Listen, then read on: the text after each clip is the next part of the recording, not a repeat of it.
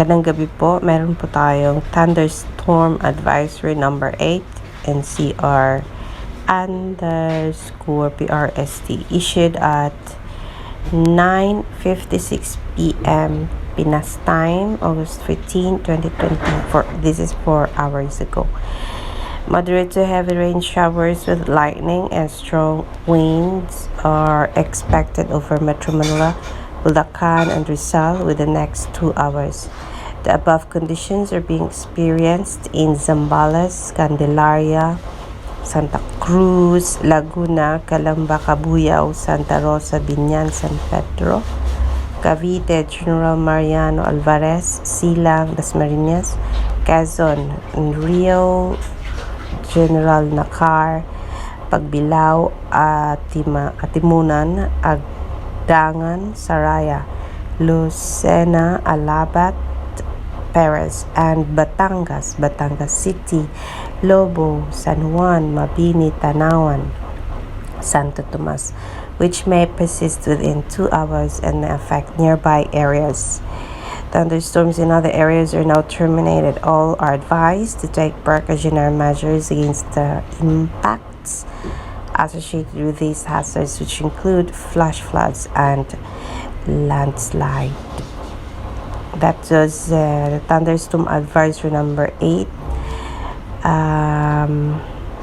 4 hours ago, and we have the Thunderstorm Advisory number 9 issued at 2:41 a.m. August 14, 2020, and the details are: heavy rain showers, moderate to heavy rain showers with lightning and strong winds are being experienced in Quezon, SanFrancisco, San Andres, which may persist within 2 hours and may affect nearby areas. Thunderstorms in other areas are now terminated. All are advised to take precautionary measures against the impacts associated with these hazards, which include flash floods and landslide. So, ang moderate to heavy rain showers ay nasa Quezon na siya ngayon with lightning and strong winds. And ito po ang mga lugar ng San Francisco and San Andres.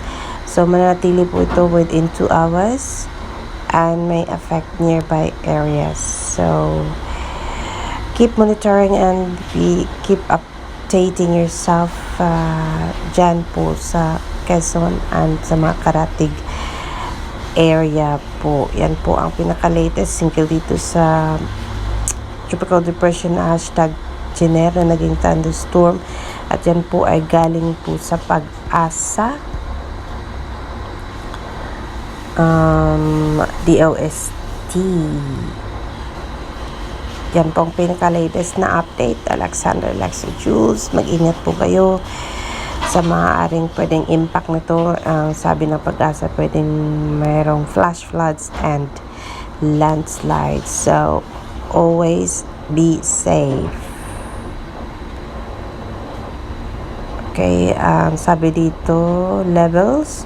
Advice thunderstorm threatens specific areas within the next 2 hours. Watch.